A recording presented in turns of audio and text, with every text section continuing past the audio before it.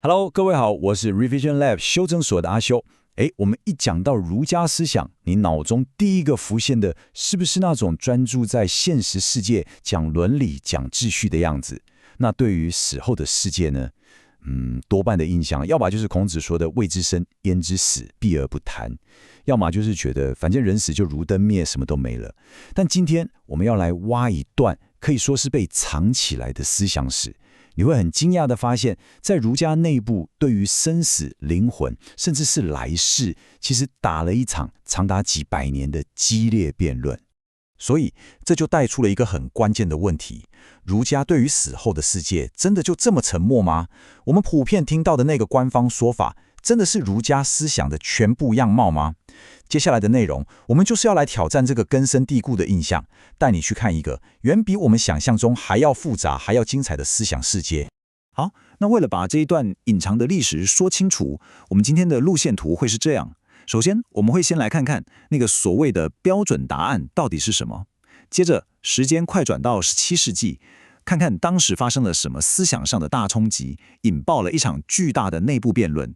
然後，我們會深入去看當時的儒家學者們到底提出了哪些超有創意的存在理論，並且追蹤這場辯論後來還有哪些回響。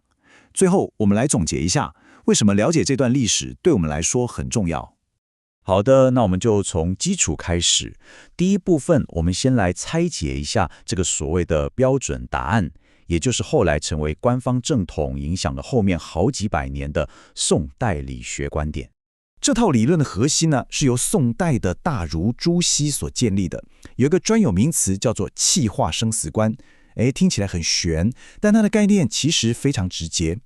他認為所謂的生命不過就是宇宙中的能量，也就是氣暫時聚集起來的形態。那所謂的死亡呢，其實就是這些氣又重新散開，回歸到宇宙的大環境裡。這就像什麼？就像你把一匙鹽倒進一大缸水裡面，鹽粒很快就溶解了。雖然構成鹽的物質其實還在水裡，但原本那顆鹽的獨立個體，抱歉，已經不存在了。所以你看朱熹這個觀點有多徹底，氣聚就是生，氣散就是死，就這麼簡單。那這背後最關鍵的推論是什麼？就是一個人的個體性會隨着死亡完全消失。這也意味着一個很殘酷的結論：不管你生前是聖人君子，還是無惡不作的壞蛋，你們最終的結局是完全一樣的，就是回歸宇宙，化為烏有。所以朱熹的結論很務實，別去想那些虛無縹緲的來世了，把當下的生命過好才是最重要的。但是這個理論馬上就撞到了一面大牆，一個非常棘手的邏輯問題。如果祖先死後，他的個體性就完全消散了，那請問我們每年慎終追遠、祭拜祖先的時候，到底是在拜誰呢？這個問題尷尬了，對吧？就連朱熹自己都很難完美解釋，他甚至自己都承認，這算是他整個理論體系中的一個破綻。而這個破綻也為後續幾百年的大辯論埋下了最重要的伏筆。接下來，我們進入下一個關鍵點。時間快轉，我們來到17世紀。這個時候，原本相對穩定的儒家世界觀，突然之間被兩股非常強大的力量從內外夾擊，可以說是發生了一場思想上的大地震。第一個衝擊是從外面來的。當時耶穌會的傳教士來到中國，帶來了一套完全不同的世界觀——西方的天主教神學。這套理論的核心主張是，每一個人都有一個獨立、永恆而且不會毀滅的靈魂。你想想看，這跟儒家主流的氣散了就沒了的觀點，根本就是光譜的兩端，形成了最直接、最根本的思想衝擊。一邊說消散就是毀滅，另一邊說靈魂永遠存在。但更有趣的來了，幾乎在同一個時間點，一股反叛的聲音也從儒家自己的內部開始醞釀。新一代的學者開始回過頭來反思一個問題：朱熹那套好人壞人最後下場都一樣的理論，在道德上真的說得過去嗎？好，這就點燃了後來那一場非常精彩的內部大辯論。這些學者可以說是直接向過去幾百年的學術正統發起了挑戰。當時明代有個學者叫高攀龍，他就丟出了一個靈魂拷問。他的論點大概是這樣：如果說一個有德行的人跟一個大壞蛋，他們死後的下場都只是化為塵土，那不就等於說我們花一輩子去做的道德修養，去接受的教育，根本就沒有終極的意義了嗎？這絕對不可能是古代聖人真正的教誨吧？這個問題一出來，可以說是直接打在朱熹理論的七寸上，這就引發了整個儒學內部一個巨大的轉向。過去的主流觀點是不要去談死亡，專心活在當下就好。但是這批明清時期的思想家提出了一個完全相反的看法，他們認為了生死，也就是把生跟死這件事徹底搞懂，才是做學問的最終目標。他們甚至開始重新去詮釋儒家的經典，來支持這個新的方向，還把人們對死亡的恐懼重新定義成一種可以激發你去做精神修養的強大動力。好，那問題來了。面對內部和外部的雙重挑戰，這些儒家學者到底想出了什麼樣的解決方案呢？這裡就是我覺得整段歷史最精彩、最有創意的地方。他們既沒有全盤接受西方那套靈魂不朽的說法，也沒有回頭去擁抱佛教的輪迴觀念，而是走出了一條全新的路。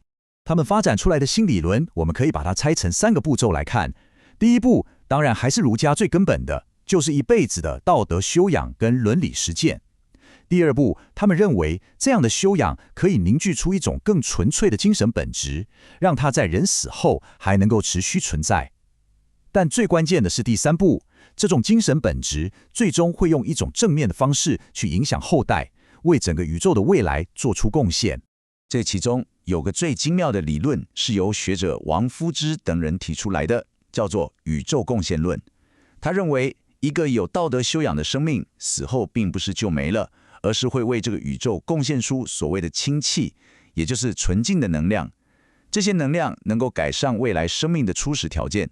這個比喻我覺得超棒，這就像是一個交響樂團裡的首席小提琴手，雖然他個人的演奏總有結束的一天，但他卓越的表現卻實實在在地提升了整個樂團的藝術水平，而這種影響力會延續好幾個時代。你可能會以為這場精彩的辯論講到這裡就結束了，還沒有哦。它就像一條思想的暗流，在接下來的幾百年裡面，還不斷地重新浮現。又過了200年，時間來到19世紀的晚清，這個老問題又被翻出來重新炒了一遍。一邊是以吳廷定為代表的正統派，他們主張，別想那麼多，我們還是回到朱熹那套氣散了就沒了的理論就好。但另一邊，以王廷佐為代表的新派學者，他們的想法就更大膽了，甚至提出人是由4種元素構成的，其中就包含了一個可以保持個體性、不會死的靈神。這就證明了這場關於生死的對話，它的生命力有多麼頑強。好，我們花了這麼多時間去挖掘這段有點冷門的思想鬥爭史，那它到底重要在哪裡？為什麼我們需要了解它？如果你正在聽，這部分非常值得你筆記下來。回顧這整趟思想之旅，我們可以得到幾個關鍵的啟發。首先，這段歷史打破了我們對於儒家是一個靜態鐵板一塊的刻板印象，它讓我們看到它的內部其實充滿了活力跟辯論。再來，它也提醒我們不要再用那種很簡單的東方對西方或是宗教對哲學的二分法去看待複雜的思想。但這一切最重要的核心是什麼呢？那就是即使在探索最極致的生死問題時，儒家思想的終極關懷始終是整個群體的未來福祉，而不是單一個人的靈魂救贖。所以這也讓我們去思考一個問題：當我們在談傳統的時候，我們談的到底是一個固定不變、像巨大石塊一樣的東西，還是一個充滿了各種思想交鋒、不斷在演化的動態戰場？我想，今天我們聊的這段儒家內部的生死辯論史，已經給出了一個非常有力的答案。總結一下今天的重點，我們了解到，儒家對生死的看法，遠比氣散則亡這個標準答案要來得複雜太多了。